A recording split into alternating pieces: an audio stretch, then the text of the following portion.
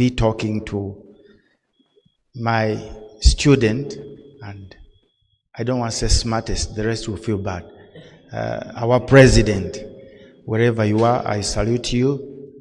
I really respect you for your stand and position. I've tried to talk, maybe let me say it for the press. I've tried to talk to the executive about your issue. And in a minute, allow me to say it, that we feel like we are orphans. You cannot have such a brain out of the country on matters which are really principle-based. I don't think they are really personal. He has a stance. He was my student, but I used to consult him on so many matters of human rights, and he should not die a hero outside his own country. In law, I've realized if you have no instructions, you cannot talk on behalf of a client specifically before courts of law. So I have no such instructions. But I really want to request, because I've even contacted a few members here, to talk to the president. You come back, you have a very big fault in the fraternity. Whatever comes up, definitely, many people, including myself, stand by your positions, but you want you here. And you are not in the category which I've agreed almost with the executive. I have a list here of called political prisoners. The president calls them criminals, and virtually over 120 will be released soon if it is not for the blockage, the roadblocks created by their respective parties and their lawyers.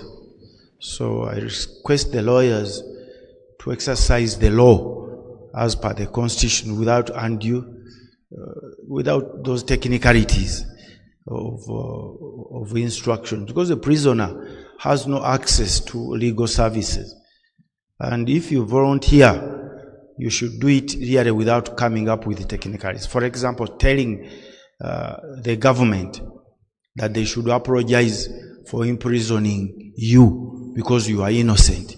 I think that's not fair.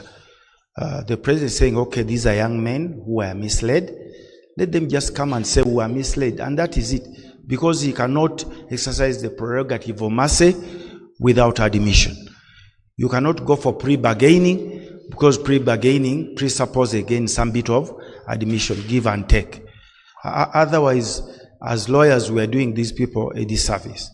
But I'm taking it on. Even yesterday, I had a meeting with the executive, and close to 80 people are going to be released from the various prisons. I'm not saying, Your Excellency, that you're a prisoner. I don't want you to discard your principled position, but we are orphans. We need you here. We cannot talk. We cannot be protected without Your Excellency coming back to the country. If it is that okay with you, I will pursue that line, and you will be back as a free man, because you took a position which is legally acceptable, but maybe politically not acceptable. I think I leave that note. Just understand me. Okay, ladies and gentlemen, when I came in, I came to address a club of lawyers, and I know we have the Constitution. Under the Constitution, summary, there are so many articles. When you look at this Constitution, it's crafted by one gentleman I know, the late Dr. Kidu, who was my friend, not just a friend, but I respected him. He taught me 3 major courses introducing law. I was the best student. He also taught me domestic relations. I was also the best student. He taught me jurisprudence. I got, I think, the best mark ever up to now. He also supervised my dissertation. I was also the best student. So when we are looking at when you look at the salient chapters in the Constitution. The bottom line is this not an ordinary Constitution, it's a living doctrine or document. Specifically, under one word, power belongs to the people, and whatever authority must be exercised, looking at the values and culture and the environment, again in the name of the people. So we're practicing law, and whatever we are doing, be it elections, must be in the name of the people. I respect the radical new bar, but should also be told the same kind of line, in the name of the people. Not confrontational, not just opposing, not too much politics, but dispense justice in the name of the people. I'm very happy my boss now, but my student Anne has really talked about people-based issues. The sentiments, the passion, the talk is around the people.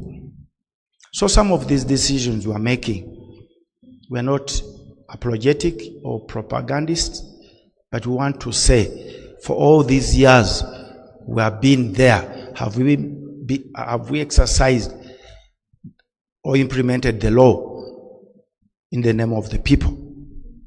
In the last elections, I want to disagree with Honorable Anna Adeke that this is the worst event we have had in elections. I've been a lawyer. Most petitions, the entire umbrella petitions, when I was a little boy. In all these cases, I've been a lawyer in the presidential petitions of Dr. Kizza Besigye. And when you look at what happened this time around, actually I talked to my PA who is here. I said, what is going on? What is the trick? Things are so smooth. So I was wondering, anytime I thought we were going to get the worst, incidentally it did not happen. During the campaigns, I'm talking about Mawokota South. Entire campaign, I was not even invited at a police station. I was not stopped to campaign. Then I asked Warid, he's here. I said, now what is going on? How can this happen in this country? Incidentally, things were moving on smoothly. Now come towards elections. That's where we now have problems. We know if you have a peaceful election, there will be stability, economic growth, everything. Incidentally now, us in the opposition, we create ground for confrontation. How? The main party, our leaders in NUP, they say protest vote. For me, I didn't go to a nursery school. I went to a madrasa. So when you say protest vote, I got a dictionary. And I also Googled. It showed that now we are going for elections, but some bit of what? Confrontation and resentment. Because if you go for elections, how can it be now a protest vote? Protesting against what? Then the attire changed. The national flag is now owned, and you have personal flag, party flag, but now use the party flag to encourage people to join, because it now becomes national. You are patriotic, but in a protest vote. I started the campaigns. I know before campaign nomination, I had got a spine injury. I go for surgery. When I get back, I find now the tone has changed a bit. If you don't have a gari, you know garis, young men, vigilantes with machetes, with stones. Wherever you go to Ferrari, you must have 40 people to protect you, to talk to your people. I said, this gari thing. I also recruited a gari of 40 and another one of 30.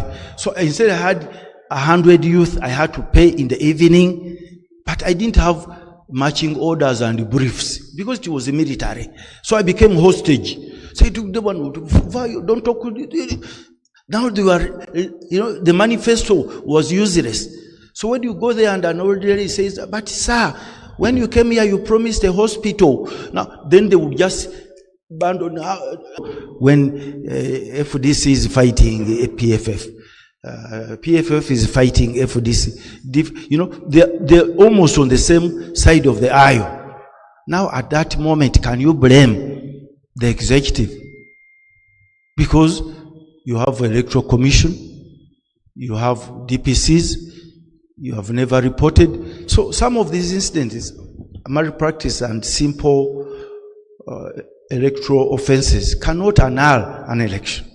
Now when you go to voting, leave alone the radicalization now. When you go to voting, I'm talking about my party FDC. Apart from my constituency where I had agents, the rest of most of the parts in the country, about Soroti, we had no agents. FDC had no Tare Center, National Tare Center. Now you say elections were rigged in the countryside. Based on what?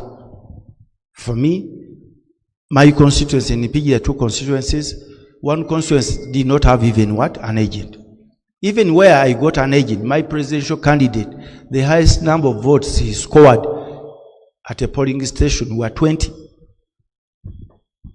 So I don't know, I said I went to a madrasa, but those who went through the law school, you had a sample when you are doing research. So if the sample shows the highest votes you got at a polling station is 20, how can you claim to have 1 when you don't have even a DR and you didn't have a national Tare Center? You call and invite a press conference, does not go through the working committee, does not go through NEC to come up with the electoral report. And you say, in Imbale, we were rigged. So you cannot cause that kind of excitement and anxiety in society. So at this age we say, I think what is going on is not right. We must be creating a harmonious position, because the purpose of the election is basically to ensure that the voice of the people is heard. But we are so poor. No political party has on its account 100 million. And you are running the country crazy on sentiments and rhetoric. I think that's not right. It's not about switching sides and eating, because that's not even a problem also.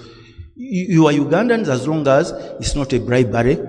But this business of blackmailing people and causing anxiety, using lawful institutions to create confrontation is not right. We must check this government strongly, but on principle and facts. If we fail to do that, we get a very big problem. Then we also got a problem of cult. A cult where you cannot question the activities of a leader.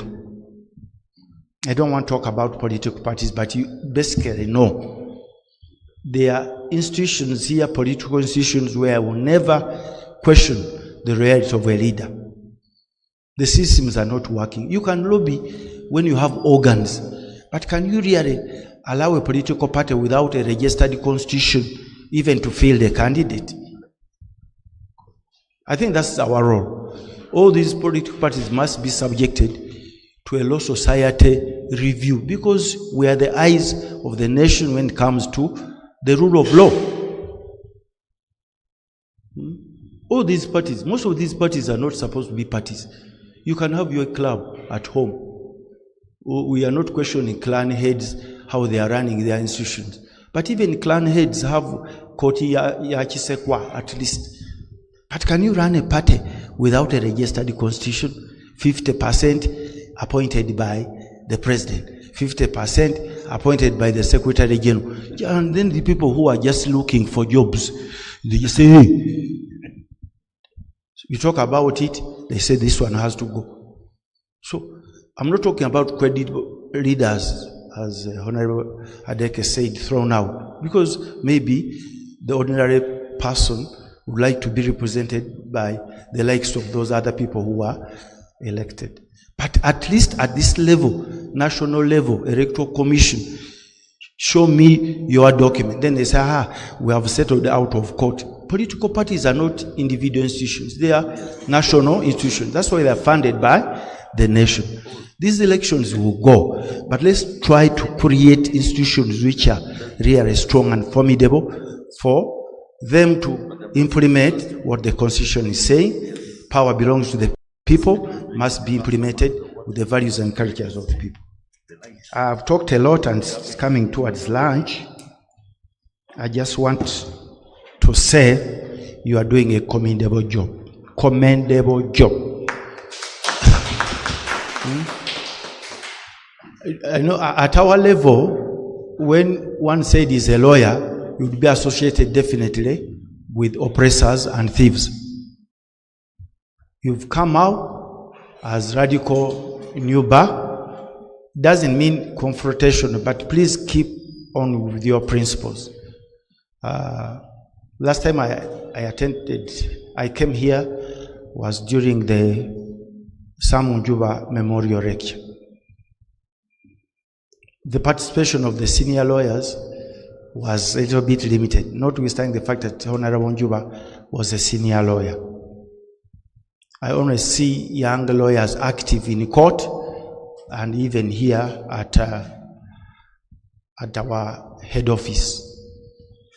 I find this a betrayal because we are here in the corner and in the slow lane of life. So I think we should really encourage you. And this specific address to the Chief Justice, who was also my student, he's a very good man as an individual, but should not be taken in the same kind of line that the judiciary is under the executive. It is impossible. Just read the Constitution. The judiciary is supposed to be on number 3, but actually, when you look at the Constitution, it's supposed to be number 1. But they operate as clergies because they want to be independent and non-partisan. And that is wrong. Because they have to protect the rule of law. A country without proper protection of the rule of law and implementation. The talk, which I didn't want to comment about, by Honorable Uhuru and Kasita and my good friend, the entrepreneur, shows that we are being taken hostage by the mob. Border cyclists. My daughter has survived 2 attempts by border cyclists attacking her from my own gate in Ntinda.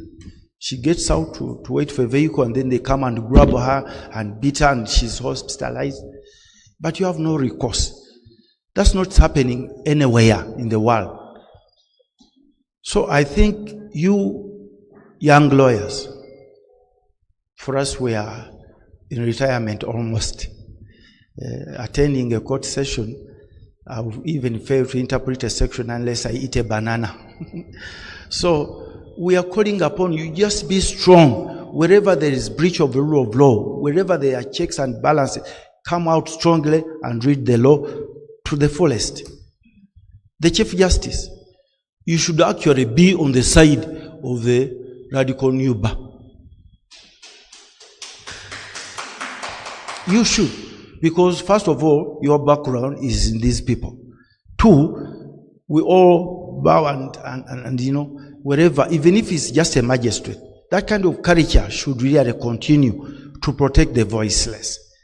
Without the legal profession, and I must shout out, without the cooperation of the judiciary, you cannot talk about what you are talking about, that to protect these vendors, because they have no capacity at all to read the law or even to hire a lawyer. So when you intimidate the people who are protecting the voiceless, you are killing the nation. Thank you very much for this invite. I'm always available